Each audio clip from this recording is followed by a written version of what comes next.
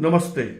उत्तर प्रदेश के बलिया में एक रेड कांड हुआ है जिससे पता लगा है कि रोजाना लाखों और माह में करोड़ों की वसूली होती थी। यह वसूली इसलिए महत्वपूर्ण है कि इसके सरगना पुलिस वाले ही थे। पुलिस के द्वारा, पुलिस की देखरेख में पुलिस के द्वारा वसूली। इस कांड में यूपी के 2 आईपीएस अफसरों की बहुत सराहना हो रही है। दोनों सुर्खियों में हैं। सवाल यह है कि क्या जो दिखता है वह वैसा ही होता है या वैसा नहीं भी होता है? क्या किसी घटना को सच मान लेना चाहिए या उस घटना में शक की गुंजाइश भी होती है? इसी शक पर चर्चा करेंगे आज हम बलिया रेड पर। यूपी के 2 आईपीएस अफसरों की छवि चमक गई है।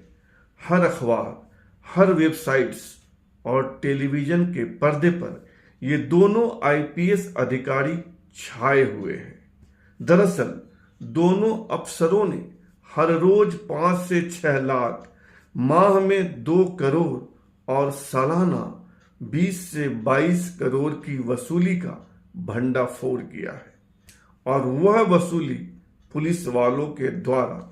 ऐसे में इन दोनों की सराहना तो होगी ही, पर सवाल है कि क्या सब कुछ वैसा ही है जैसा दिख रहा है और दिखाया जा रहा है? ये दोनों आईपीएस अधिकारी कौन हैं? पहले हैं पीयूष मोरडिया, जो 1998 बैच के आईपीएस अधिकारी हैं। फिलहाल यूपी के एडीजी हैं और मूलतः राजस्थान के रहने वाले हैं। दूसरे हैं वैभव कृष्ण, जो 2009 बैच के आईपीएस अधिकारी हैं। मूलतः उत्तर प्रदेश के ही बागपत के रहने वाले हैं। आईपीएस से पहले इन्होंने रुड़की आईआईटी से मैकेनिकल इंजीनियरिंग की परीक्षा पास की थी, यानी बीटेक किया था। आखिर मामला क्या है? मामला बहुत क्लियर है, क्रिस्टल क्लियर। डीआईजी आजमगढ़ के डीआईजी वैभव कृष्ण को सूचना मिली थी कि बलिया जिले के भरौली तिराहे पर बिहार से आने वाले ट्रकों से प्रति ट्रक 500 रुपए की वसूली होती है। हर रोज वहां से 1000 से 1500 ट्रक गुजरते हैं, यानी 5 से 6 लाख रुपए की प्रतिदिन वसूली होती है।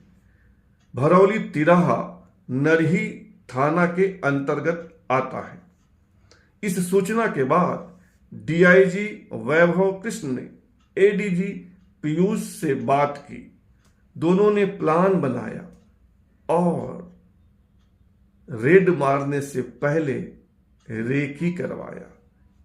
2 अधिकारी से, 4 अधिकारी से गुपचुप रेकी के बाद 5 टीम बनाई, एक विस्तृत प्लान बनाया और रात के 1 से 2 बजे के बीच सादे ड्रेस में भरौली चेक पोस्ट पर छापा मारा और फिर जो हुआ वह तो हुआ ही।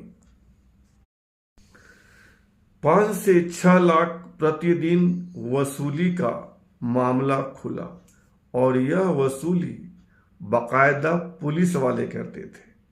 गाड़ियों की कतार होती थी एक साइड, दूसरे साइड की सड़क खुली होती थी ताकि गाड़ियों के आवागमन में दिक्कत न हो।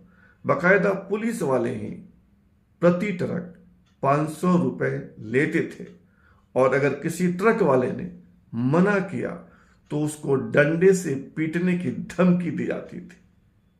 एडीजी पीयूष मोरडिया और डीआईजी वैभव कृष्ण ने जब छापा मारा तो 20 लोगों को गिरफ्तार किया।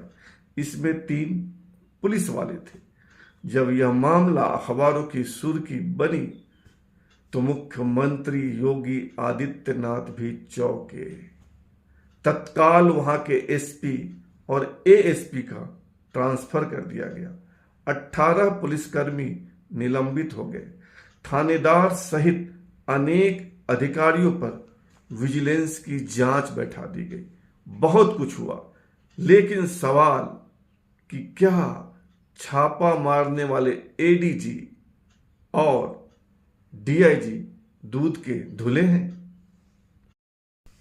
क्या यह संभव नहीं है कि जिस चौराहे से, जिस तिराहे से या जिस चेक पोस्ट से पुलिस वाले रोजाना 5 से 6 लाख रुपए की वसूली करते थे, ट्रकों से मवेशी लदे ट्रक, शराब लदे ट्रक, दवा लदे ट्रक, कोयला लदे ट्रक, बालू लदे ट्रकों से, इसकी भनक उस जिले के एसपी को नहीं होगी?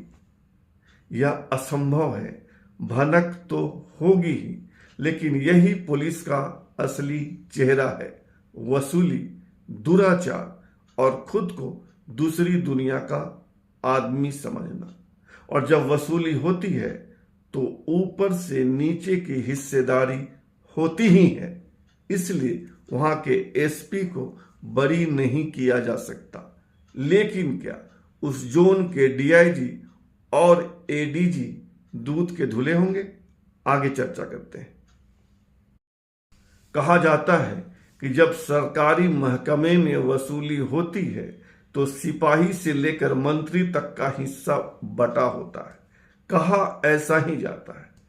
तो क्या उस वसूली का हिस्सा डीआईजी तक नहीं पहुंच रहा था, एडीजी तक नहीं पहुंच रहा था, इसीलिए छापा मारा गया? यह सिर्फ सवाल है, पक्के तौर पर कुछ नहीं कहा जा सकता है। लेकिन सवाल तो है कि डीआईजी साहब को हिस्सा नहीं मिल रहा होगा, इसलिए उन्होंने एडीजी साहब के सहयोग से छापा मारा।